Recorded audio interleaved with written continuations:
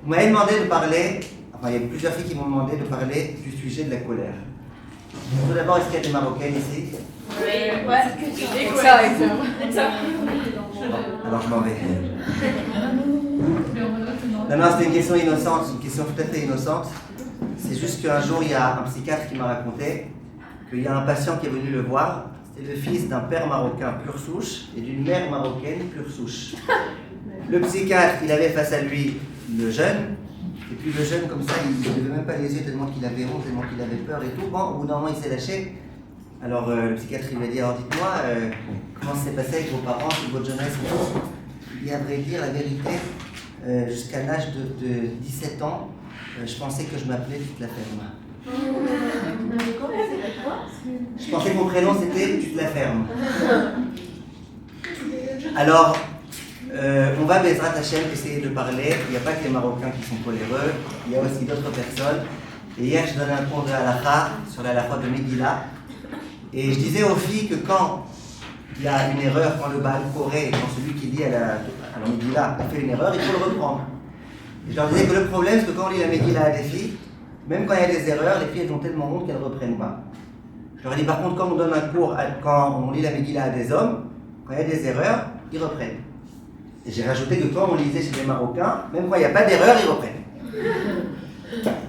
Alors, on va essayer, Bezrat Hashem, tout de suite de parler du sujet de la colère. Bonjour Naomi. On va parler de ce sujet-là. J'aimerais commencer par une histoire qui s'est produite. Un élève un jour me téléphone. Et il me dit que votre arabe, je voulais vous dire, je suis très déçu de moi-même. Je m'en veux énormément. Il y a des fois dans lesquelles je rentre dans des colères vraiment gravissimes et je ne me reconnais plus. J'ai même peur de moi. Je me demande comment j'ai pu en arriver à un état pareil. Et il me raconte. Il me dit j'étais en colère pour une petite bêtise que ma femme elle m'a dit. Il me dit j'étais vraiment dans un état, j'arrivais plus à me contrôler. Il dit j'ai même levé ma main sur elle. Je lui dis j'espère que tu l'as laissée en l'air. Il dit mais non je l'ai frappée. Genre quand tu dis tu as levé la main sur elle, il dit tu l'as frappée.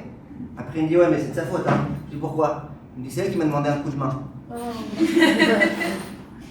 Alors il me dit et j'arrive pas à me reconnaître.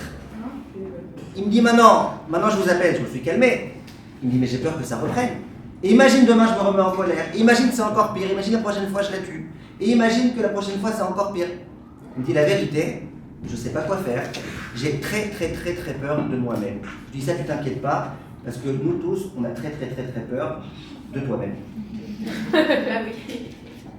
Et il m'a dit qu'est-ce que je fais, comment on peut comprendre. Et après il m'a même dit la vérité je me sens comme un animal et puis quand je suis comme ça je me sens mal. Je dis bah oui c'est connu que l'animal il se sent mal. D'ailleurs il le dit, Annie, mal. Bref, la question qu'il me pose c'est qu'est-ce qu'on fait. Alors moi j'aimerais Bezrat Hashem à partir de cet exemple là réfléchir avec vous au sujet de la colère.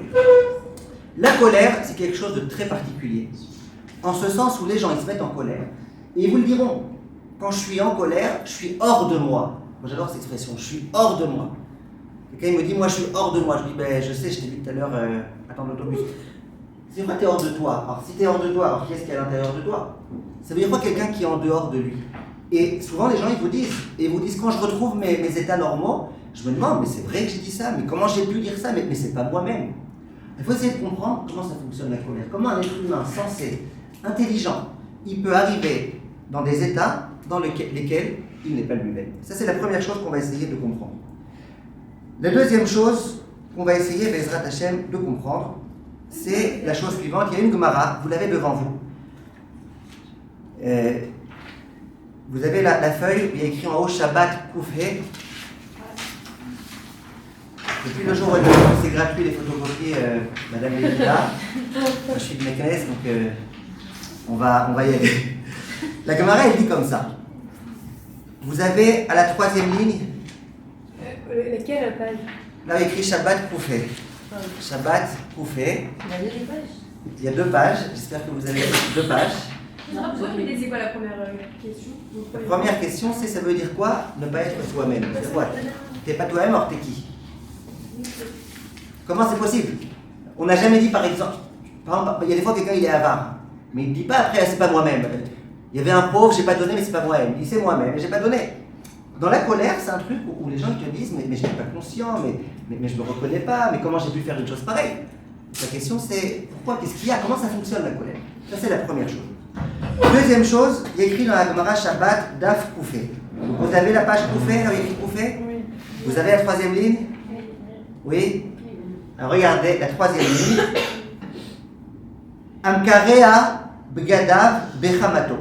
La Gemara elle affirme que celui qui déchire, qui casse ses ustensiles, ses vêtements, Bechamato, Ham c'est un beau-père, Hamato c'est une belle-mère sur sa belle-mère. Non, c'est une blague, Bechamato c'est-à-dire dans sa colère. C'est vrai que Hamato ça veut dire sa belle-mère, mais là en l'occurrence ça veut dire dans sa colère. Quelqu'un qui est tellement en colère, qui déchire ses vêtements. Ve'amshaber kelav Bechamato. Ou celui qui casse des ustensiles tellement qu'il est en colère. Pourquoi les gens sont tellement en colère que paf, il casse quelque chose et Ve'amfazer ma'otav Bechamato. Ou celui qui jette son argent tellement qu'il est en colère. Ye'be'enecha, qui soit à tes yeux, Keovet, c'est quoi Aïn Zaïn, qu'est-ce qui peut m'aider? Avoda Zara. Comme quelqu'un qui travaille au magasin Zara.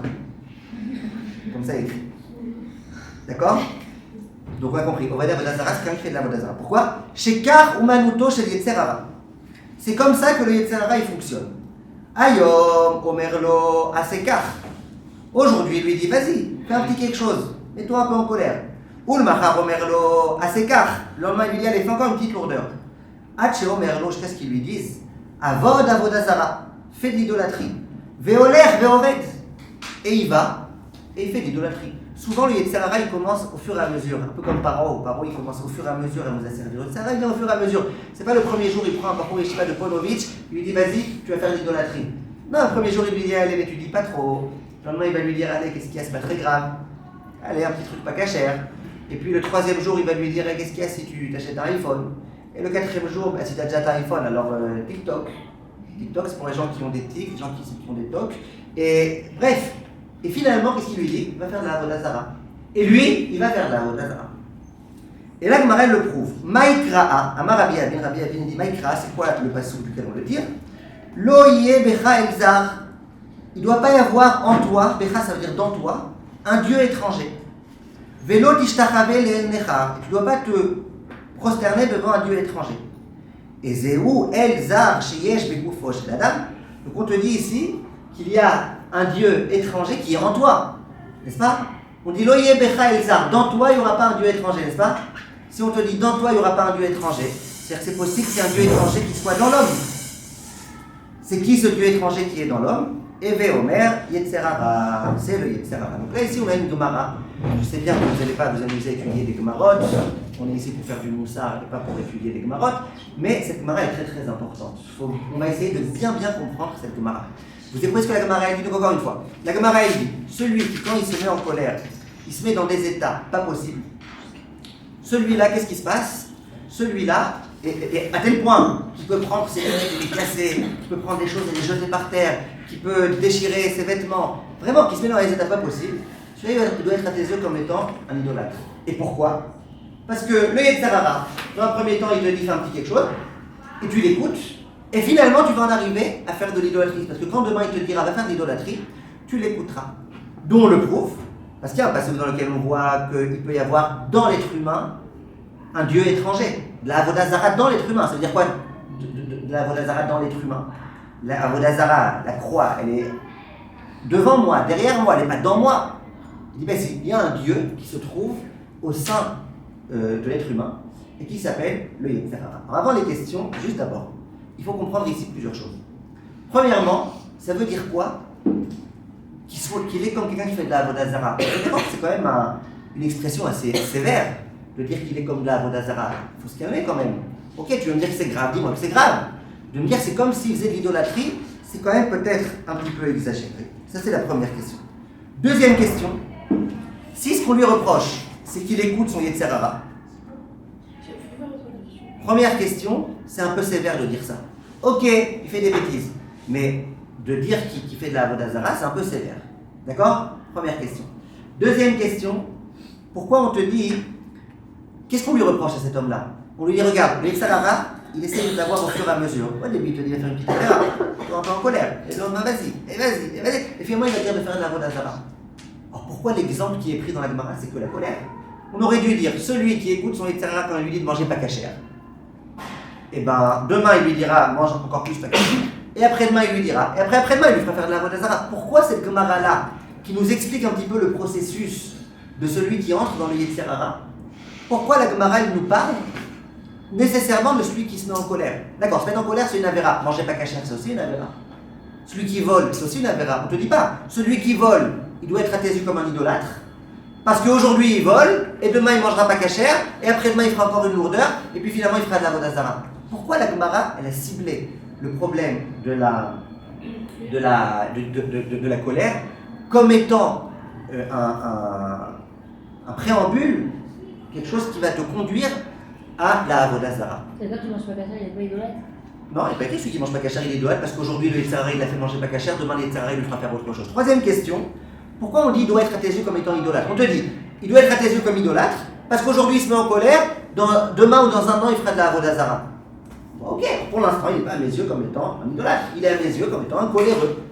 Et demain, quand il fera de la Avodah Zarah, il sera à mes yeux comme étant quelqu'un qui fait de la Avodah Zarah. Pourquoi on lui reproche déjà d'avoir fait de l'idolâtrie, alors que finalement, il est que coléreux? Avant que vous me disiez ce que vous en pensez, juste d'abord, je vous préviens, on ne parle pas ici de n'importe quel type de colère. Parce que quand quelqu'un est sorti dehors et qu'il pleuvait et qu'il s'est mis un petit peu en colère, bah ouais, visiblement ça lui a pas plu. Il a plu, ça lui a pas plu. Alors, c'est pas très grave. Ou alors la colère, par exemple, des filles qui sont rousses. Il n'y en a pas ici. Les filles rousses, c'est très bien qu'elles rouspètent. C'est pas très grave. Tu rouspètes un peu, t'es pas contente, c'est pas bien, etc. Ça va. Mais là, on te parle de quelqu'un qui est capable de déchirer ses vêtements, de faire des choses anormales. Alors la question c'est, comment ça se fait? Juste, si ça vous dérange pas, j'aimerais qu'on lise encore une autre Gemara. Après, vous me direz ce que vous en pensez. J'aimerais qu'on lise une autre Gemara. L'autre Gemara, c'est là, il y a écrit dans la même page, Psachim daf Kuf Yud Gimel. Vous l'avez? Psachim daf Kuf Yud Gimel? La première question, c'est de quoi c'est quelqu'un qui fait de la Avodah Zarah, est-ce que c'est exagéré? C'est un peu exagéré. Voilà. La deuxième, c'est qu'est-ce qu'on le reproche, c'est de faire la Zarah, pourquoi Avodah Zarah et pas autre chose? Non, pourquoi colère et pas autre chose? Pourquoi la colère? Ah, on te dit, il commence par la colère, il va finir par la Avodah Zarah. Mais dis-moi, il commence par manger pas cachère, il va faire de la Avodah Zarah. Ok, et la troisième, c'est pourquoi Avodah Zarah? Et la troisième, non, c'est pourquoi tu dois le regarder comme ayant déjà fait de la Avodah Zarah, alors qu'il n'a pas encore fait. Il est peut-être en cours de faire, ok. mais il n'a pas encore fait. Mais il fait pas. Hein? Il fait pas de la Avodah. Ouais, mais lui il dit, il fait pas, mais demain il va faire. Parce que si aujourd'hui il écoute son Yetzirah quand il lui dit de se mettre en colère, demain il est contraire à son Yetzirah quand il va faire de la Avodah Zarah. C'est la question. Pourquoi on te dit que dorénavant, déjà, dès à présent, on doit considérer comme s'il avait déjà fait? C'est lui quand il a un colère qu'il est idolâtre ou c'est. Comme ça on dit, ouais. Non, on dit quand il se met en colère. Non, je sais pas. Non, tu dis quand il se. Non, un idolâtre, c'est pas que. Quand je dis que quelqu'un qui est idolâtre, c'est pas qu'au moment où il se prosterne devant une croix qu'il est idolâtre. Non. Un idolâtre, il est toujours idolâtre. Et si je connais quelqu'un qui est très nerveux, parce que moi il s'énerve, il est comme ça, il déchire ses vêtements, enfin très nerveux comme vous disiez, comme truc. Est-ce que même quand il n'est pas nerveux, il est considéré comme un idolâtre ou Visiblement. S'il est capable de déchirer ses vêtements et de le faire, c'est qu'il est idolâtre. Alors, une fois j'ai posé cette question, j'ai dit, mais j'étais dans un cours de femmes, je disais, mais c'est exagéré. Comment ça serait, on te dit qu'il est idolâtre?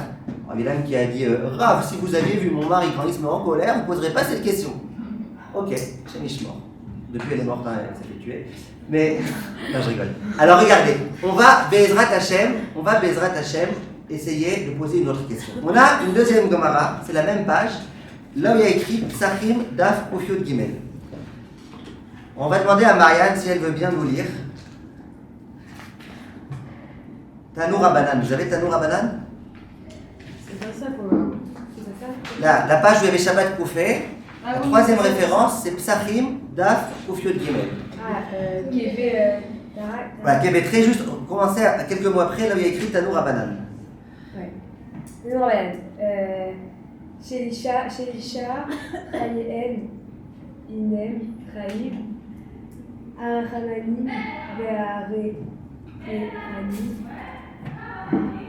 Vaneni, Adaat, Ve'amar, Rav Yosef. Non, voilà. Donc traduisez-nous s'il vous plaît. Tanour Abanan, c'est quoi Tanour Abanan?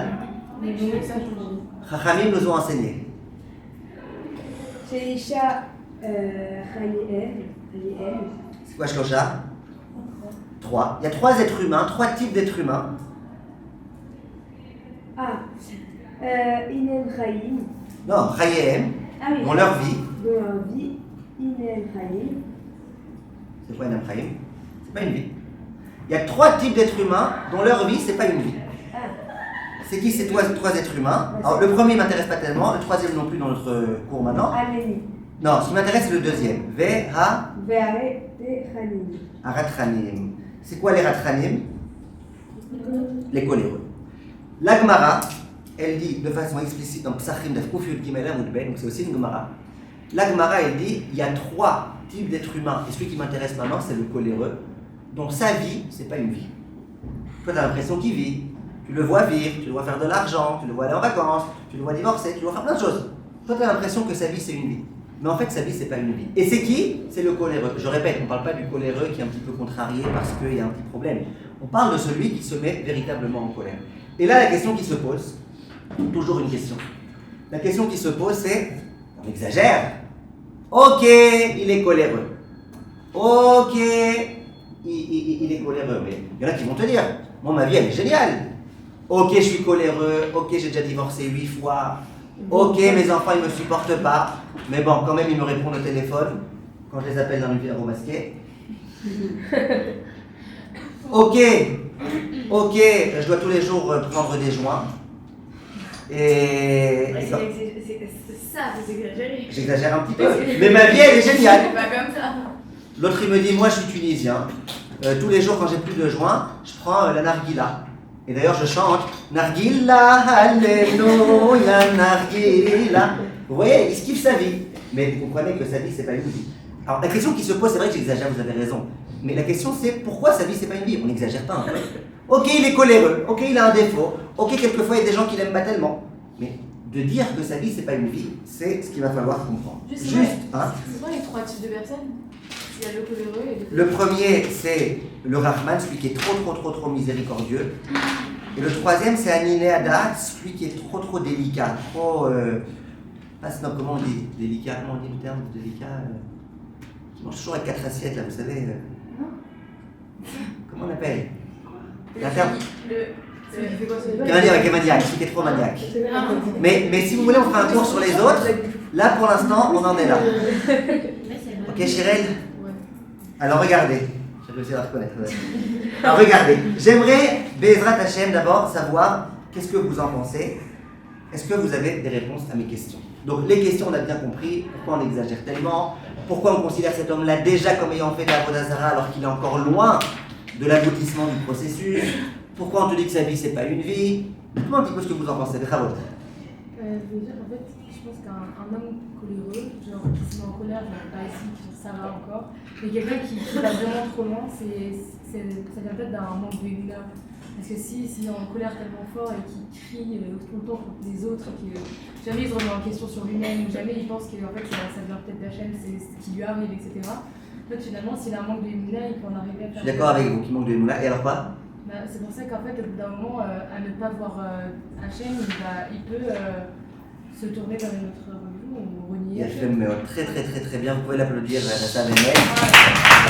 Parce que tac au tac, elle a dit ce que j'aimerais expliquer en long, en large et en travers. Vous n'avez pas répondu à tout encore. Pourquoi on te dit que celui-là... Ah, vous dites un jour peut-être qu'il va faire de la Avodah, mais pourquoi il doit être à tes yeux déjà comme étant envoyé de la Avodah Zara? C'est celui qui n'a pas la menace. C'est pas des mots là. Ok, très bien. Chazak ou Baruch Hanessa.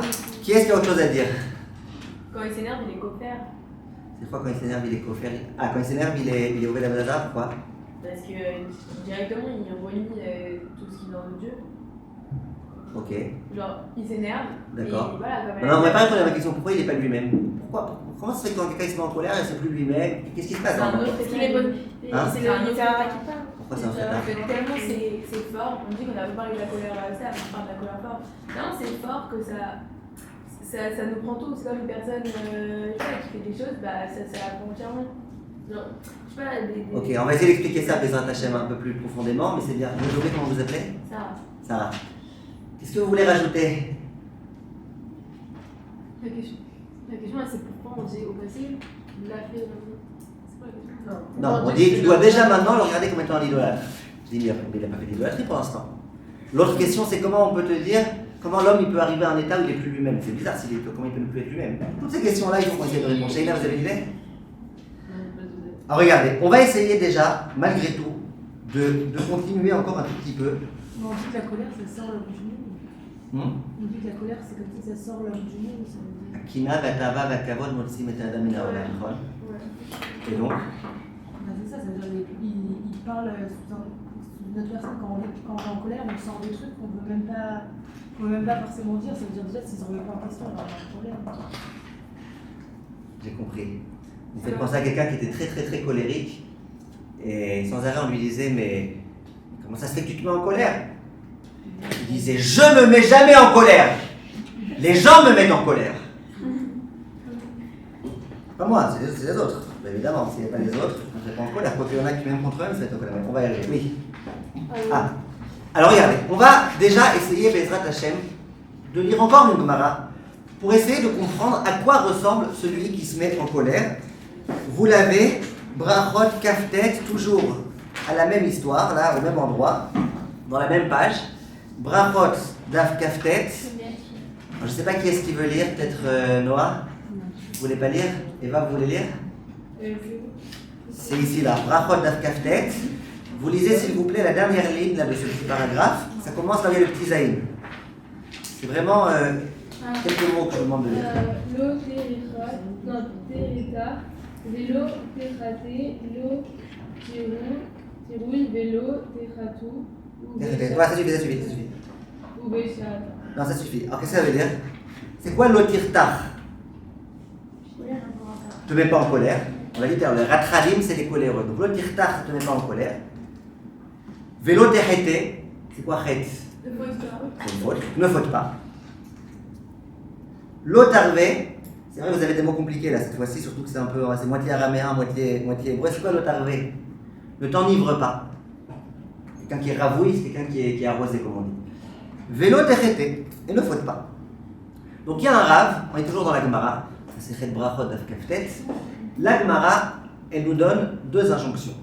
La première, ne te mets pas en colère, et ne faute pas. Parce que visiblement être en colère, ça va te conduire vers la faute. Et la deuxième, ne sois pas arrosé, ne t'enivre pas, ne te saoule pas, et ne faute pas. Viennent Rachamim et disent, si on a mis ces deux injonctions sur le même plan, dans la même ligne de la Gemara, et va les a lues en même temps les deux, ça veut dire que quoi? C'est-à-dire qu'il y a un rapport entre les deux. Et il y a effectivement, dit le Rav Friedlander, un rapport entre le coléreux et entre le soûl. Quand quelqu'un il est soûl, il n'est pas conscient de ce qu'il fait. Il dit des choses qu'il n'aimerait pas dire. Il fait des choses qu'il n'aimerait pas faire. Il parle à des gens auxquels il ne devrait pas parler. Quelquefois, il y a des gens, quand ils sont sous, ils font même des actes dont ils ne se rappellent plus après, quand ils se réveillent, quand ils ont buvé leur vin, et ben, ils ne se rappellent même plus. Et parfois, les gens ils disent, mais c'est pas possible, c'était pas moi. Mais moi, je suis une fille de soua, comment je peux faire un truc pareil quand j'étais sous? Bah oui, parce que t'étais sous. Quand t'es sous, t'es pas toi. Quand t'es sous, t'as un nouveau visage qui se présente, un nouveau comportement, autre chose. On est sous, on n'est pas nous, on est notre vrai nous. Très bonne question, vous avez tout à fait raison, parce que la Gemara dit dans Hérouvine que Nichnas Yain Yotze Sod, quand le vin il rentre, et ben, il y a l'intériorité qui ressort. Très bonne question. Mais pour l'instant, ce qui m'intéresse dans cette chose-là, c'est de dire que quand tu es sous, eh ben, il y a des choses que tu fais qu'en principe tu ne devrais pas faire. Et que tu regretteras après. Vous avez raison, quelqu'un qui est vraiment bien, vraiment quelqu'un de bien, même quand il est sous, il fait des choses bien. Mais souvent, quand une personne elle est sous et qu'elle n'est pas, comme vous dites, vraiment pure, ben, elle fait des choses qu'en général elle est capable de contenir, elle est capable de refouler, et là, elle n'arrive pas. Vient le Rav Friedlander, et il dit, si on te met sur le même niveau, ces deux choses-là, c'est que les deux, elles ont le même rapport. Les gens sous qui font des choses qu'ils n'aimeraient pas faire, il y en a plein. Et des gens qui, quand ils se mettent en colère, ils font des choses, ils disent des choses qu'ils aimeraient ne pas faire, il y en a plein aussi. Il y en a plein. Et l'exemple le plus patent, un monsieur, il déchire ses vêtements. Il rentre dans une rage, il déchire ses vêtements. Je lui dis, mais pourquoi tu as déchiré ton vêtement? Pierre Cardin, 3000 €, pourquoi tu l'as déchiré? Il dit, oh non, mais alors là, elle a été trop loin là, elle a été trop loin. Tu crois pas que c'est toi qui as été un peu trop loin? Ah non, mais là, elle a exagéré vraiment, là, je pouvais plus. Ouais, mais Baba, Pierre Cardin, c'était ta veste à toi, c'était pas la sienne. Tu déchires ton vêtement parce qu'elle, elle t'énerve. Et si en plus t'es mécanicien, tu t'énerves encore plus. 3000 € à la poubelle. Hein? À cause de toi, c'est à cause de l'autre. Vous comprenez? C'est-à-dire que tu fais des choses que tu n'aimerais pas faire. Tu dis des choses que tu n'aimerais pas dire. Moi, ça m'est arrivé une fois de dire à quelqu'un qui était très très en colère, je lui ai dit, mais pourquoi tu t'énerves? Qu'est-ce qui t'arrive? Ok, d'accord, lui il a fait comme ça. Pourquoi tu t'énerves? Il me dit, je suis pas énervé, je suis juste très en colère. Il sait même pas ce qu'il dit. Il n'est pas énervé, il est juste très en colère. Il m'expliquera un jour, peut-être que la rousse, c'est la deuxième fois qu'on parle de la rousse, peut-être que la rousse, elle pourra me faire des distinctions entre colère et être nerveux, mais en tous les cas, il faut comprendre un petit peu ce qui se passe. Vient le Rav Friedlander et il dit, si on te les met les deux au même niveau, c'est que les conséquences de la colère, c'est les mêmes conséquences nocives, néfastes, que le fait de boire et d'être sous. Très bien, on a bien compris. Alors maintenant, on va essayer, Bezrat Hashem, maintenant qu'on a compris tout ça, on va essayer, Bezrat Hashem, de comprendre profondément d'où elle provient la colère et qu'est-ce qui se passe quand quelqu'un se met en colère. Et là, vous allez voir, on va essayer de comprendre la profondeur de la Gemara. La Gemara, il disait, il y a un Dieu qui est en toi, et ce Dieu qui est en toi, c'est lui qui te fait te mettre en colère, et demain, ce Dieu-là, il va te faire de la Avodah Zarah. Il faut comprendre qu'est-ce qui se passe exactement. Alors là, on va faire la psychologie profonde, ça s'appelle la Kabbalah, mais vraiment très simple, hein, on ne va pas rentrer dans les notions de Kabbalah, ce n'est pas notre rôle ici, mais on va lire quelques textes de la Kabbalah, du Zohar HaKadosh, de Rav Chaim Vital, des grands Mekoubalim, pour essayer de comprendre qu'est-ce qui se passe. En Bebakasha, s'il vous plaît, vous avez toujours dans la même page le dernier texte. Ça vous dérange pas si je lis moi parce que c'est un peu long? C'est quel arabe Hein? Zohar HaKadosh. Pourquoi vous allez dire après? Ah, et après on va arriver après Vital, comme c'est un peu long, je préfère lire moi si ça ne vous dérange pas. Et après, on continuera. Donc, vous avez la première page, vous avez la première ligne, Oubé Zohar, vous l'avez Oubé Zohar? Oui? Vous l'avez? Moi, je vais pas. Oubé Zohar. Ça commence par les rêves de Yehuda. Ça commence par, voilà, les Rav Yehuda. Brachot d'Afkartet Amoudbet, les Rav Yehuda. Vous avez Béla? C'est pas de feuille? C'est la première page. Qui est-ce qui a une feuille pour Béla? Alors, Bechavot. Ou Zohar Parashat Tetzavé. Donc le Zohar, vous savez que c'est le texte du Zohar, de la Kabbale, c'est le fondement de toute la Kabbale. Ça a été rédigé par Rabbi Shimon Bar Yochai. Il est écrit la chose suivante. Ibarnash Kaïs. Lorsque l'homme se met en colère, donc c'est de l'araméen, je vous le traduis simultanément. Akar mine nishmata aila'a kadisha. Il déracine sa neshama, la neshama qui est en lui, l'âme qui est en lui, il la retire, il la déracine. Les mishre beatra sitra achra. Et à la place, il y a le sitra achra, il y a l'impureté qui vient, il y a autre chose. Sa neshama, elle s'en va, elle est hors de lui, là, comme on disait tout à l'heure. Et à la place, il y a le sitra achra qui vient, il y a les forces du mal qui viennent. Veda iou barnage des maris de maré. Et cet homme-là, il est rebelle par rapport vis-à-vis d'Akadosh Baruch Hu. Ve'asir leitkarva be'adeh. On n'a pas le droit de se rapprocher de lui. Veda iou toref nafsho be'apo. Et c'est ce dont on dit quand on dit que quelqu'un, quand il est en colère, il écrabouille son âme. Il esquinte son âme. Des tarifs nafshé, parce qu'il écrase son âme, il retire son âme. Ve'ashre be'atra elzar. Et à la place, qui est-ce qui vient occuper là où il y avait l'âme? Parce que quand il y a du vide, il vient le remplir. La Neshama, il s'en va. Qui est-ce qui vient à la place? Vient à la place Elsa, un dieu étranger. Qui bat Manershavu Avodazara il crée. Et à ce moment-là, cet homme-là, il est considéré lui-même comme étant de la Avodazara, comme étant de l'idolâtrie. Pas que comme étant un idolâtre. Lui-même, il est considéré comme étant de l'idolâtrie. Ouman de Ishtae Aïmé, et toute personne qui parle avec lui, qui est lui, traverse la Avodazara Mamash, c'est comme s'il se rapprochait de la Avodazara.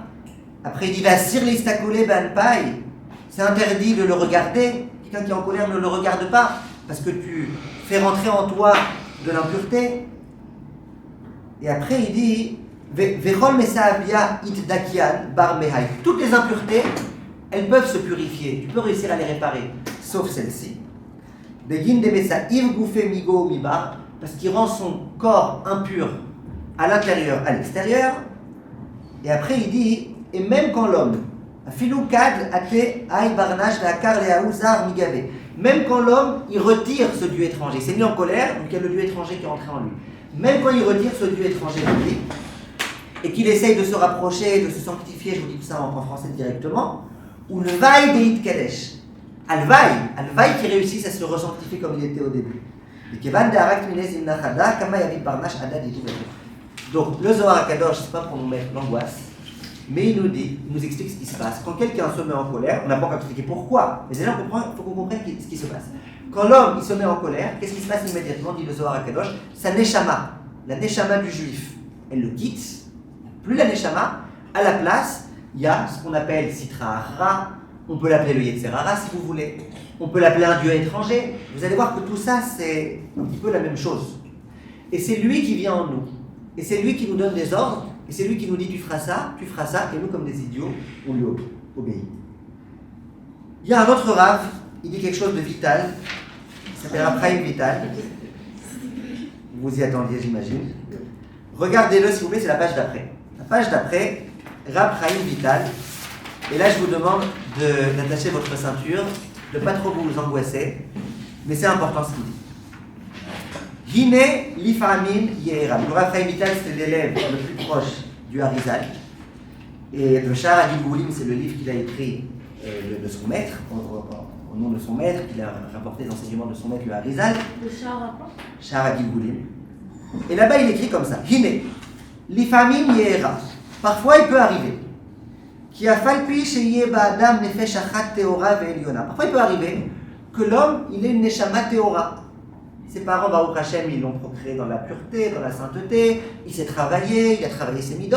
Il a une neshama qui est sainte, qui est saine, qui est bonne. D'accord?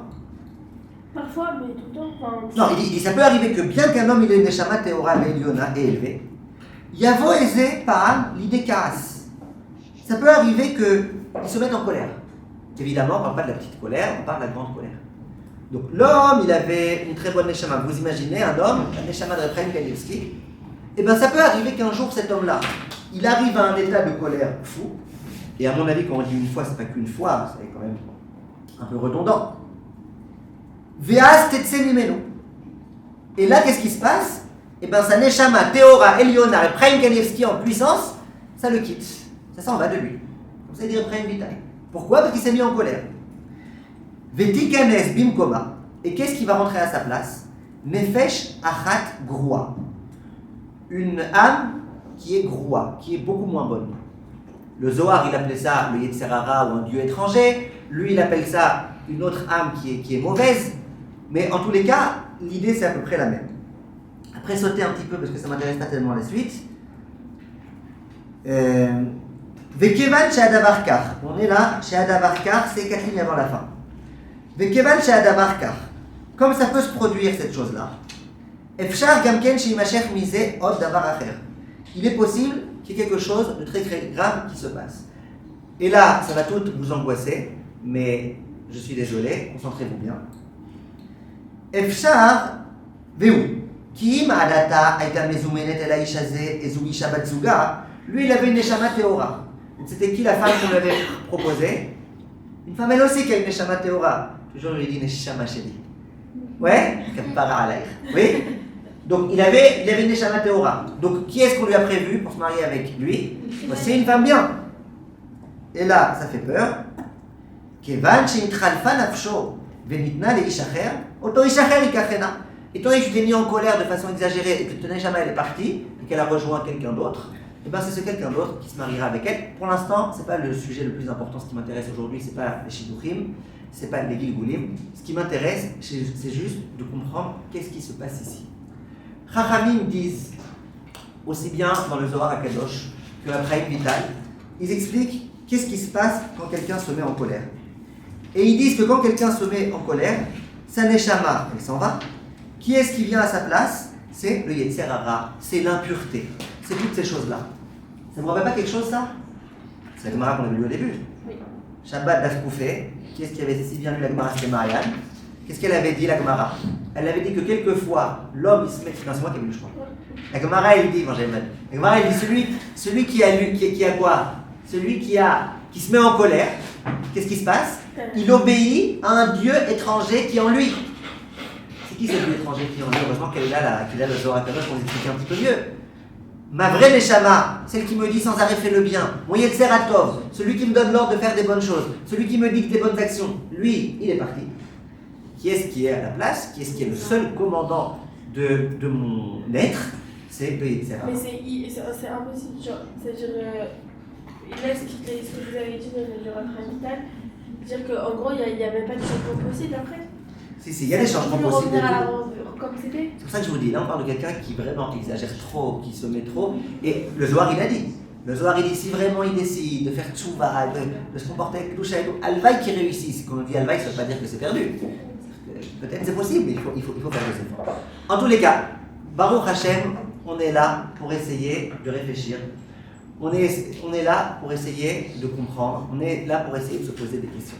Donc le processus, on n'a pas encore compris pourquoi. On n'a pas compris pourquoi, parce que je me mets en colère, ma neshama elle s'en va. Et pourquoi quand je mange pas kasher, ma neshama elle reste. Ça reste à expliquer. Mais on a déjà au moins, Baruch Hashem, compris une chose. C'est que quand l'homme il se met en colère, on a bien compris, à des états complètement démesurés, sa neshama elle s'en va. Qui est-ce qui vient? C'est un Dieu étranger. Maintenant vous pouvez comprendre. Est-ce que c'est étonnant que cet homme-là il dise des choses qu'il n'avait pas envie de dire? C'est pas étonnant. C'est plus lui-même. Sa vraie neshama, sa neshama théora, celle qui lui dit fais le bien. Fais du bien aux autres, parle gentiment, fais du chesed. Cette neshama, elle n'est plus là, elle est partie. Elle s'est promenée. Maintenant, qui est-ce qui est là? Mon Yetzer Hara. Mon Yetzer Hara, lui, va me dire fais le bien. Mon Yetzer Hara, lui, il est capable du pire. Mon Yetzer Hara, il est capable de me tuer. Il est capable de me faire des choses gravissimes. Donc, quand un être humain, il te dit c'était pas moi, comme quand j'étais ici, c'était pas moi, c'était quelqu'un d'autre, ça veut dire quoi? C'est-à-dire qu'effectivement, c'était pas lui, parce que sa neshama était plus en lui. Quand quelquefois je me mets en colère et que j'arrive plus à me maîtriser, pourquoi je ne me maîtrise plus? Parce qu'en général, j'ai une guerre contre un Yetzer HaTov et un Yetzer Hara. En général, mon Yetzer HaTov, il a quoi dire? En général, j'essaie de faire dominer mon Yetzer HaTov. Là, il n'y a plus de Yetzer HaTov. Le Yetzer HaTov, il est parti. Qui est-ce qui se trouve maintenant? Mon Yetzer Hara, avec toutes ses envies terribles de me faire du mal. Est-ce que c'est étonnant que je faute et que je fasse du mal et que je fasse des bêtises? Donc déjà, on a compris, on a pu répondre déjà à une question, c'est déjà pas mal. On a répondu à une question, c'était quoi la question? C'était comment ça fonctionne que l'être humain, quand il se met en colère, il n'est plus lui-même. Et les gens, ils vous le disent. Et les gens, ils disent, je ne me reconnais pas. Dans l'histoire que je vous ai racontée au début du cours, cet homme-là, il me dit, je n'arrive pas à m'accepter, parce que c'est pas moi. Mais c'est effectivement pas lui. Quand il se met en colère, ça neshama, après, elle revient. Mais sa neshama, quand il se met en colère, elle n'est pas là. Donc on a compris ça. Maintenant, autre chose qu'on a peut-être commencé à comprendre, juste 10 secondes, le Maharal, il pose la question. Il dit, pourquoi on te dit, c'est comme s'il faisait de la avodah zara, mais qui t'a dit? Peut-être qu'aujourd'hui, il a cassé un ustensile. Demain, il ne fera pas de la avodah zara. Aujourd'hui, il a déchiré son vêtement. Demain, son Yetzer Hara lui dira, va faire de la avodah zara. Il dira, non, je ne fais pas de la avodah zara. Pourquoi on le reproche, pourquoi on le suspecte déjà de faire de la avodah zara? Vient le Maharal. Et il dit, ben, c'est très simple. Vous êtes d'accord que c'est stupide de casser un instrument, un ustensile? Ok, tu es en colère, mais pourquoi tu casses quelque chose? Pourquoi tu déchires? Pourquoi? C'est stupide. Mais pourquoi moi je l'écoute? Pourquoi je le fais? Parce que mon Yetzer Hara, lui, il est stupide. Mon Yetzer Hara, souvent, il me fait faire des stupidités. Mon Yetzer Hara, il me fait faire des stupidités. Je l'écoute. Et comment on l'appelle le Yetzer Hara dans la Gemara? Qui est-ce qui se rappelle? Non, ça c'était le Zohar. Comment on l'appelle? Hein? Elzar. Très bien. C'est quoi Elzar? Un dieu étranger. Un dieu étranger. Pourquoi on appelle le Yetzer Hara un dieu étranger? Ben, étranger, on comprend. Mais pourquoi un dieu? Parce que je lui obéis. Tout ce qu'il me dit de faire, je lui obéis. Il me dit déchire tes vêtements, je déchire. Il me dit va à un endroit où tu ne dois pas aller, je vais. Donc vient le Yetzer Hara. Et aujourd'hui, il m'a dit déchire ton vêtement, je l'ai déchiré. Aujourd'hui, il m'a dit insulte ta femme et traite-la de tous les noms, je l'ai écouté. Demain, quand mon Yetzer Hara il me dira va faire de la avodah zara, pourquoi je ne l'écouterai pas? C'est tellement plus idiot de se prosterner devant une petite statuette de rien du tout que de déchirer ses vêtements, ou que de parler mal à sa femme, ou que de parler mal à son mari, ou que de faire ce genre de choses. Ça, c'est le Maharal, comme ça il explique. Maintenant, j'aimerais juste, avant que vous posiez des questions, si vous en avez, non, vous pouvez maintenant poser vos questions. Chavot, qui est-ce qui a des questions? Oui, Sarah. Justement, vous avez quand on parlait là d'une personne qui se met en colère et qui se met hors d'elle. Ok, maintenant, une personne qui s'énerve tous les jours. Une personne, vous savez qu'elle s'énerve, qu'elle est très colérique. Et du coup, elle sait, la personne elle-même, qu'elle va tout retenir. Alors qu'elle est hors d'elle, mais en même temps qu'elle est avec elle-même. Ah oui, elle retient, oui. Non, parce que vous avez dit, C'est comme une personne qui est sous. Non, c'est super incontrôlable. Non, Oui, voilà, du coup, il est incontrôlable. Pas les C'était- choses. C'était une petite comparaison quand j'ai dit une personne qui est sous. C'est une petite comparaison. Mais c'est pas une comparaison totale. Ça veut dire. Il peut s'en rappeler, du coup. Bien sûr qu'il se rappelle. Ah, d'accord. Il se rappelle. Mais il se reconnaît pas. Ah, oui. Il dit, je comprends pas, mais comment j'ai pu faire une chose pareille? Oui, mais finalement. Les gens, ils vous disent comment j'ai pu faire une chose pareille, mais je n'arrive même pas à y croire. D'où l'inquiétude de l'autre. Je me dis, mais je suis un animal, moi. Ouais, mais finalement il s'habitue à être colérique. Du coup, il se dit, bah, finalement, c'est plus hors de moi, c'est moi-même. Ah oui, effectivement. Si il est tellement colérique que son Etzaratov il est parti, sa Neshama Théora elle est partie, et que maintenant il n'y a plus qu'une Neshama Tmea, il n'a rien à mettre, cet homme-là. Et comment il C'est fait devenu une Avodazara. Le Zohar il dit ne parle pas trop avec lui, ne le regarde pas trop, surtout pas quand il est en colère, ok? Alors, comment il fait pour s'en sortir? Bah, elle est où sa responsabilité? Mais là, on parle que de. Après, regardez, venez au bâtiment. Venez avant d'accuser. Avant d'accuser les coléreux, venez, on essaye de mettre un petit peu d'ordre, on essaye d'avancer un petit peu, s'il vous plaît. D'accord? Et Nat, j'ai une question à poser. La grande question qu'on va avoir maintenant. Ok, donc on a compris le phénomène. On a compris comment ça marche. Le Zohar, il nous le dit, on y croit à 1000%, il n'y a plus aucun doute. Question. Pourquoi Dafka dans cette avéra-là? On te dit, celui qui est en colère, d'accord, c'est très grave de se mettre en colère, très grave. On te dit, celui qui s'est mis en colère, sa Neshama, il s'en va. Maintenant, il y a le Neshama qui vient. Et le Zohar HaKadosh, il dit pas ça de chaque chose. Si demain vous me demandez de parler de la procrastination, je ne vous dirai pas que celui qui fait preuve de procrastination, ou que celui qui fait preuve de... Non, je vous annonce les prochains sujets que vous allez me demander. Ou que celui qui fait preuve d'indolence, ou que celui qui fait preuve de radinerie, ou que... On a dit ça nulle part, le Zohar il dit ça nulle part. Sinon je vous l'aurais dit. Le Zohar, vraiment, il se met en colère, j'allais dire, contre les coléreux. Et la Gemara aussi, contre les coléreux. On dit c'est comme s'il faisait de la Avodazara. Mais vous comprenez, c'est très grave ce qu'on est en train de dire là. Quelqu'un qui fait de la Avodazara, c'est Hachem Ishmor. Quelqu'un qui fait de la Avodazara, c'est la chose de la pire. Quelqu'un qui fait de la Avodazara, c'est la chose de la pire. C'est pas Stam Achiloni ou c'est pas Stam. C'est la chose de la pire. Il fait de l'idolâtrie très grave. C'est les saves. Ils savent de l'idolâtrie. Donc, c'est très grave. D'accord? On te dit là, celui qui se met en colère, eh ben, c'est de la Avodazara, le Yetzaratov il s'en va, la Neshama il s'en va, et puis le Yetzara, j'ai une question. Pourquoi on te dit pas ça de celui qui mange pas cachère? Pourquoi on te dit pas ça de plein d'autres avérotes? Même des avérotes gravissimes. L'homosexualité c'est une avérote très grave, hyper grave. Mais il n'est pas écrit que celui qui fait ça c'est comme s'il faisait de l'idolâtrie, ou que... Hein? Il y en a qui disent que ce problème-là, c'est un excès de philosophe. Ouais, mais venez, on rentre pas maintenant dans la zoologie. On a assez à faire avec les êtres humains. Je sais que je suis enregistré, donc tant mieux. Alors, Betravod, vous c'est Ilana. Ilana, qu'est-ce que vous en pensez? Il y a une autre Ilana? Non, il y en a qu'une. D'accord. Hier, c'était votre fête hier? Ah, Gaëlle, une note. Allez, Betravod, aidez-moi, Lorraine. Aidez-moi. Aidez-moi. Parce que quand une personne ne mange pas cachère, en fait, c'est pas que sa Neshama est plus là. Sa Neshama elle est là, mais elle est juste tachée. Et quand il se met en colère? Elle est plus là. Pourquoi? Oh, c'est ma question. Qui est-ce qui fait, va... Attendez, pourquoi on décide? Vous avez raison, c'est comme ça que ça se passe, vous avez raison. Vous avez raison. Quand le Zohar il dit que quand tu manges pas cachère, ta Neshama elle reste, et que quand tu te mets en colère, ta Neshama elle s'en va, vous avez raison. Mais ma question philosophique, c'est pourquoi la Neshama elle décide de partir quand tu as fait cette bêtise-là, et pas quand tu fais une autre bêtise. C'est ça ma question. Bah, vous avez dit avant que quand quelqu'un... C'est Aurel. Oui. Ouais.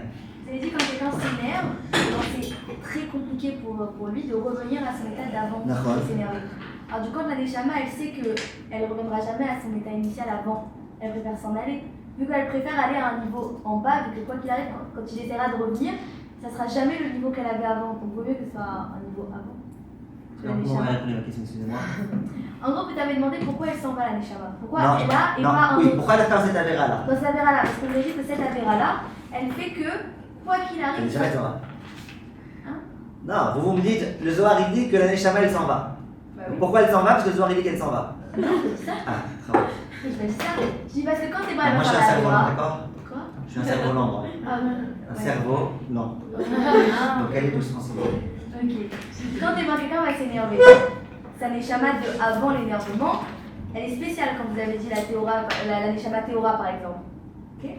Et bien elle va s'énerver. Et quand elle va vouloir revenir à sa neshama d'avant, vous avez dit que c'est très compliqué et que c'est vraiment pratiquement pas possible. Alors du coup, il vaut mieux qu'elle s'en aille et qu'il y ait une neshama qui est moins que la neshama à la base, qui vienne. Alors que les autres avérotes, c'est possible de revenir. Il y a la tchouva qui est possible et elle est plus simple entre guillemets. Alors que là, du coup, c'est pas possible. Donc, tant qu'à faire la neshama Théora, elle va pour une autre personne. Et la neshama qui est moins forte, mais c'est à nouveau ce que je vous dis. Ça veut dire, ça veut dire pourquoi c'est tellement grave et tellement impossible? Parce que ma neshama elle s'en va. Ça veut dire ce que vous dites c'est très grave. Qui est-ce qui dit que c'est très grave? C'est le Zohar. Et quand est-ce qu'il le dit? Après avoir dit que quand tu t'énerves, ta neshama elle s'en va. On tourne un peu en rond. Mais c'est bien ce que vous dites, c'est joli ce que vous dites. Vous avez des idées? Oui. Je voulais dire que des fois quand on fait des avérotes, il y a un esprit de folie qui vient. D'accord. Et là on peut dire que la colère, ça, comme c'est dit, ça vient tellement le même du monde, ça veut dire le SRA, il va prendre tellement de place entre guillemets qu'il y aura plus de place pour Neshama, ça veut dire que c'est que le SRA qui contrôle. La Neshama elle a même plus de place dans ce qu'il dit. Ce qui est Kadosh, J'ai compris. Regardez, on va essayer, vous dites des choses très vraies. Venez, on essaye de réfléchir. Là, je vais rejoindre ce qu'elle a dit Adassa, mais pas maintenant. Ce que vous avez dit au début du cours, bien que ce que vous dites aussi c'est vrai, mais on va essayer de rejoindre ce que vous avez dit au début du cours. Ça vous a valu des applaudissements. On va essayer, Bezrat Hashem, de bien l'expliquer. Qu'est-ce qui fait que quelqu'un se met en colère? Je ne réponds pas directement à ma question. La question est celle-là en suspens. La question c'était, pourquoi Dafka dans cette avéra? Ok, on laisse cette question en suspens. Bezrat Hashem, j'espère que bientôt on aura la réponse. Qu'est-ce qui fait que quelqu'un se met en colère? Si on essaye de réfléchir à toutes les situations qui peuvent mettre quelqu'un en colère. Vous avez déjà vu des gens se mettre en colère, vous, Khadécham, vous n'êtes jamais mis en colère, vous êtes de cette école de Starot, mais vous avez vu autour de vous des personnes se mettre en colère. Qu'est-ce qui fait qu'une personne se met en colère? Premièrement, avant la compréhension, premièrement, la gava. Le fait que la personne, elle se considère comme étant quelqu'un de très important. Et donc, comment tu as osé ne pas m'obéir? Et donc, comment tu as pu faire ça alors que moi j'ai dit autrement? Comment tu peux penser pas comme moi, espèce d'idiot? Ça veut dire que moi je me sens être super important, et moi je dois être super honoré, et moi ce que je dis c'est la vérité absolue, et rien d'autre n'est vérité, et donc toute personne qui ose faire autrement, ça m'énerve. Les gens, quelquefois, ils ont tellement de gava, tellement d'orgueil, qu'ils se mettent en colère contre eux-mêmes. Parfois, il y a des gens qui vont vous dire je m'excuserai, je me pardonnerai jamais cette chose-là.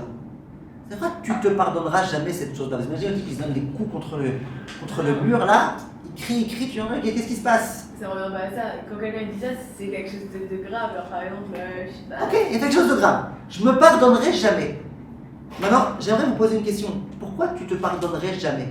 Pourquoi Akadosh Baruch Hu, il est d'accord de te pardonner, et toi, tu te pardonneras jamais? Pourquoi tu penses que tu ne peux pas fauter? Ok, tu as fait quelque chose de grave. C'est vrai, c'est très grave ce que tu as fait. Mais pourquoi tu ne te pardonnes pas? L'erreur est humaine. Tout le monde dit que l'erreur est humaine. Tout le monde sait que l'erreur est humaine. Il y en a qui disent par erreur que l'horreur est humaine, mais ça, c'est leur problème. L'erreur est humaine. Ça veut dire que l'homme, il peut fauter.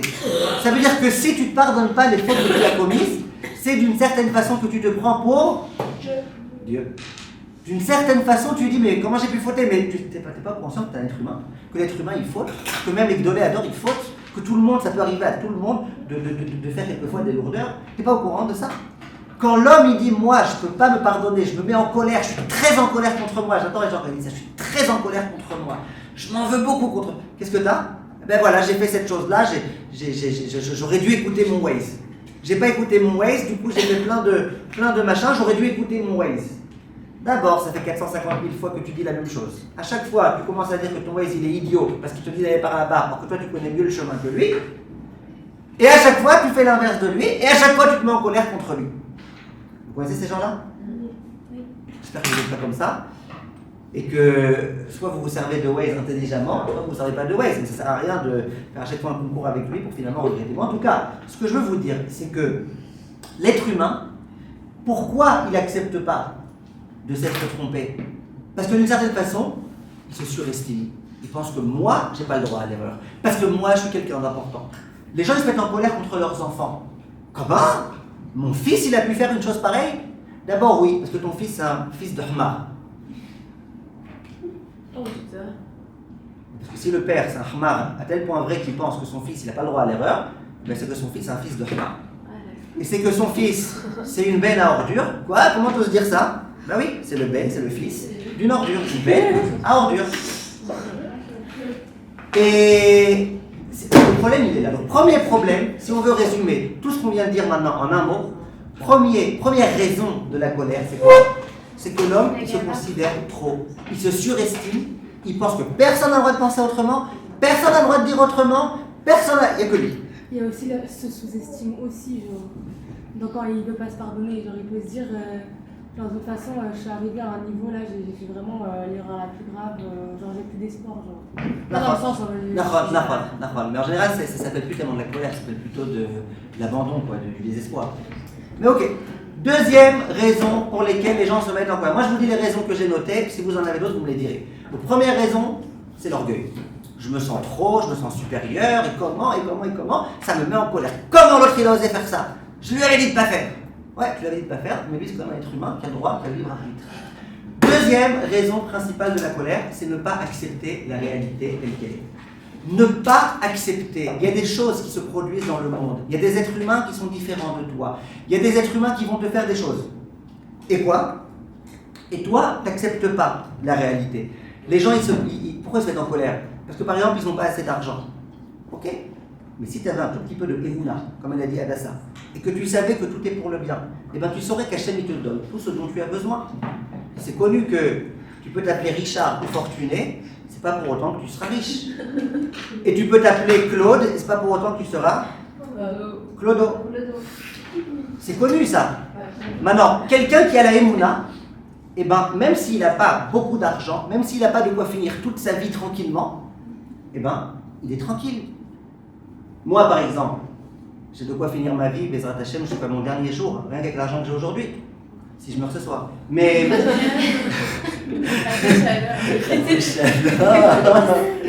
D'accord. D'accord, mais t'as ce que t'as ce qu'Hachem il t'a donné. Et puis voilà, c'est censé te suffire. L'homme, il n'accepte pas la réalité. Il y a écrit, par exemple, dans Chazal, que jamais l'homme il fait quelque chose ici-bas, si Hachem il n'avait pas décidé en haut qu'il devait faire cette chose-là. Vous êtes d'accord avec moi? Oui. Ça veut dire que ce que tu fais, c'est que ce que tu as. Ce que tu dois recevoir, c'est ce que tu as. Maintenant, regardez. Imaginez que tu as travaillé comme un fou au travail. Ton boss, il arrive. Il s'appelle Hugo. Il arrive. Et il vient te voir et il te dit... non, ça fait 3 mois qu'il t'a pas payé, ok? 3 mois qu'il t'a pas payé.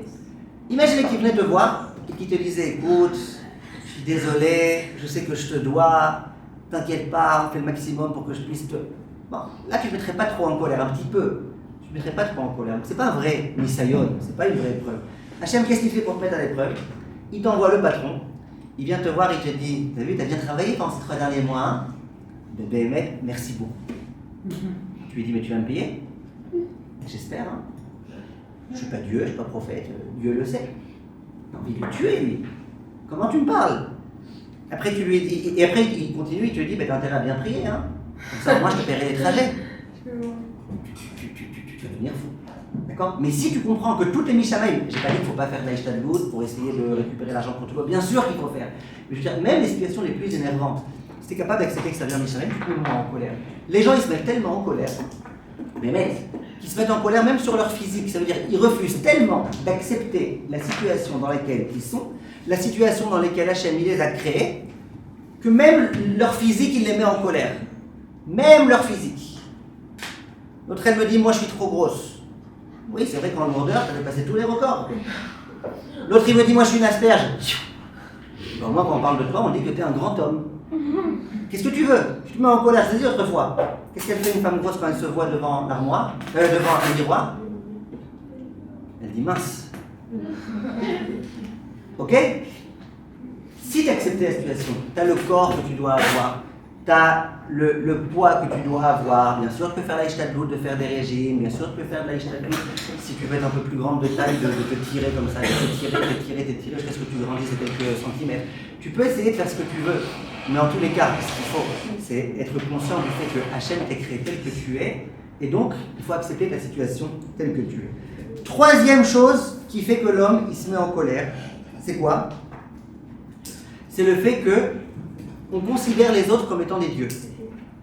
Par exemple, je me dis, si simplement, quand j'avais été à mon rendez-vous d'embauche chez un tel m'avait accepté, aujourd'hui j'aurais été riche, et j'aurais été heureux, et j'aurais eu tout ce qu'il me fallait. Si simplement quand j'ai fait ce chidour, cette fille-là, au lieu de me dire que j'ai une tronche de cake, elle m'avait accepté, eh ben j'aurais été heureux, j'aurais eu une femme bien, j'aurais eu machin.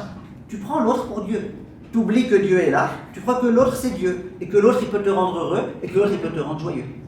Donc, on retrouve à nouveau le même problème, que c'est à nouveau un manque de émouna.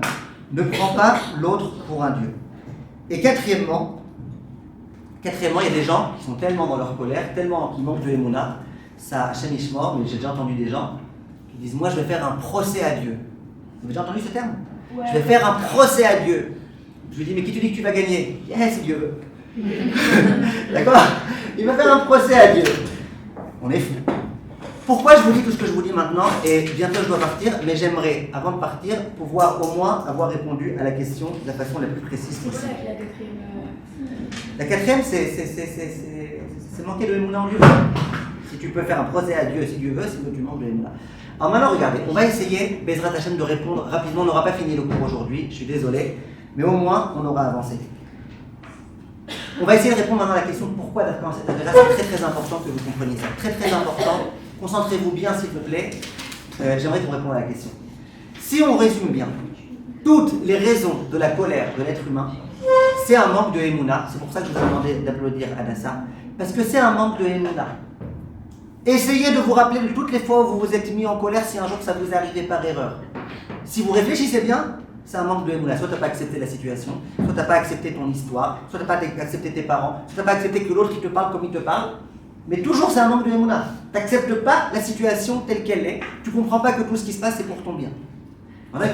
Qu'est-ce qui se passe quand on manque de émouna? Le Ramban il dit dans la Yigeret, ça il n'est pas sur le texte mais je vous le dis par cœur, je vous le dis à l'oral, Kol Amid Gaé, toute personne qui se met en colère, Mored Bemalchut Shamayim. Il est rebelle, comment on dit Mored? Il se révolte contre Akadosh Baruch Hu. Il y a une Gemara dans Erchin Daftet Vav. La Gemara elle dit que quelqu'un qui est orgueilleux, Akadosh Baruch Hu dit lui et moi, on ne peut pas coexister. Hachem il accepte de coexister avec quelqu'un s'il n'est pas orgueilleux. S'il est orgueilleux, Hachem il refuse. D'accord? Maintenant on va comprendre Bezrat Hachem de façon très très très importante. On n'aura pas le temps de finir, mais au moins on va comprendre. Écoutez bien. Dans toutes les avérotes, quand quelqu'un il fait une avéra, quelle que soit la avéra, il est conscient qu'Akadosh Baruch Hu existe. Il est d'accord qu'Akadosh Baruch Hu existe. Il fait une avéra, c'est plus fort que lui. On ne va pas dire que toute avéra, ça veut dire que tu effaces Dieu. C'est pas possible. Toute avéra, c'est quoi? Toute avéra, ça veut dire, ok, Dieu existe, mais bon, j'ai eu du mal, j'ai eu une tentation, j'ai fait, voilà. Alors, c'est quoi le remède contre le Yetzer Hara? La Gemara le dit dans Masechet Kiddushin, c'est quoi le remède contre le Yetzer Hara? C'est Akadosh Baruch Hu. Si Hachem n'était pas là pour m'aider, j'aurais aucune chance de m'en sortir contre mon Yetzer Hara. Oui, c'est le moment d'écouter, non, si vous l'écoutez bien. C'est le remède contre le Yetzer Hara, c'est Akadosh Baruch Hu, l'aide d'Akadosh Baruch Hu. Maintenant, écoutez bien. Quand quelqu'un il commet une avéra, eh ben il commet une avéra. Ok, donc il garde sa émouna, il reste connecté à Hachem, il reste connecté à lui. Mais il y a une avéra qui vient. Après, on fait des chouvas, tout se passe bien, puis voilà. Moi, je suis resté moi-même. Quand quelqu'un il se met en colère, et je répète, c'est pas il est un petit peu en colère, c'est il commence à faire des choses qu'il n'aurait jamais dû faire, c'est il commence à se mettre dans des états dans lesquels Hachem Ishmor, c'est qu'il commence à faire des choses.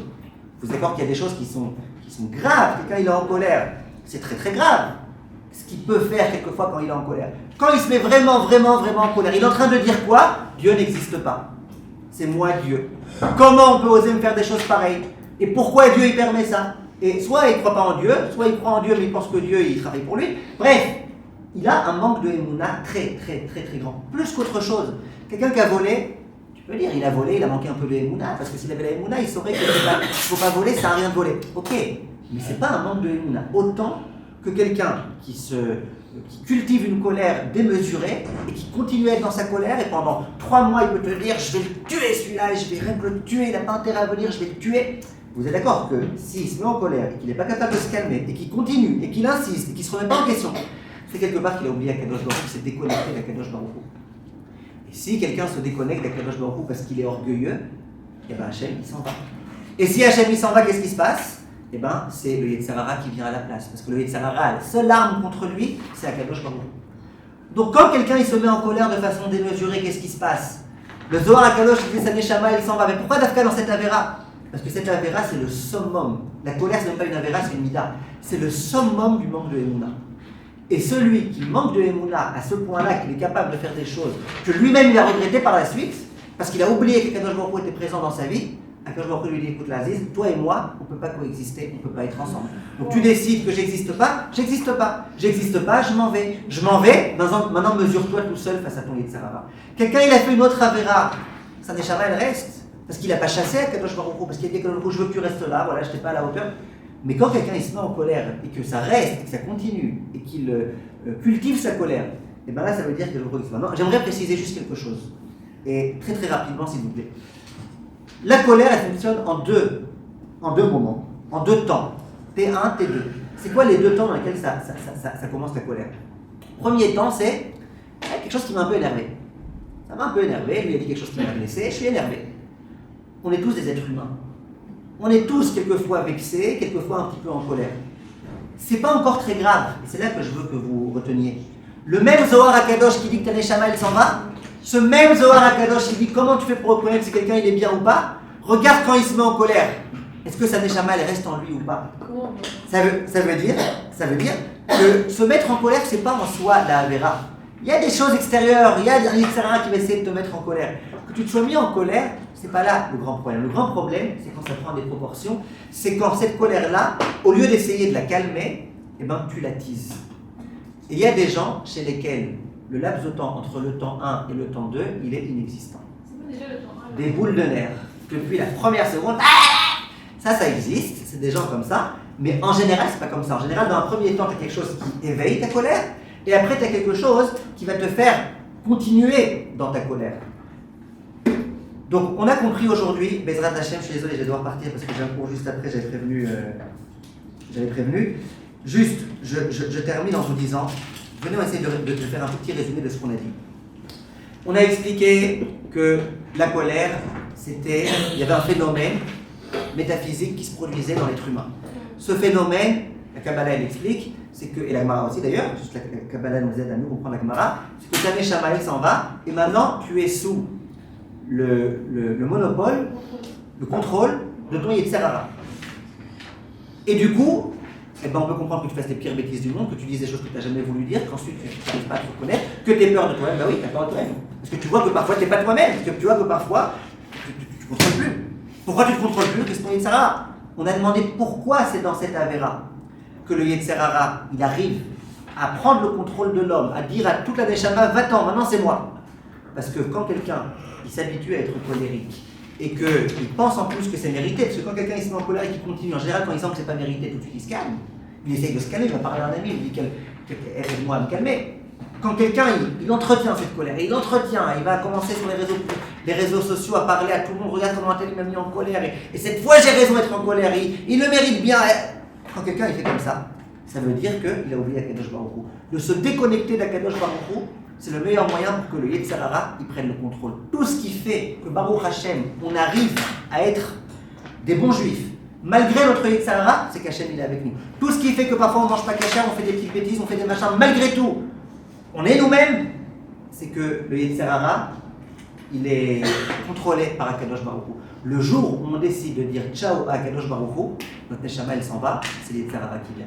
On a commencé à comprendre pas mal de choses, on n'a pas encore tout compris, on n'a pas encore donné les solutions comment ne pas se mettre en colère. Blineder, le prochain cours, on essaiera de continuer. Merci de votre attention et désolé de devoir partir comme un voleur. Mais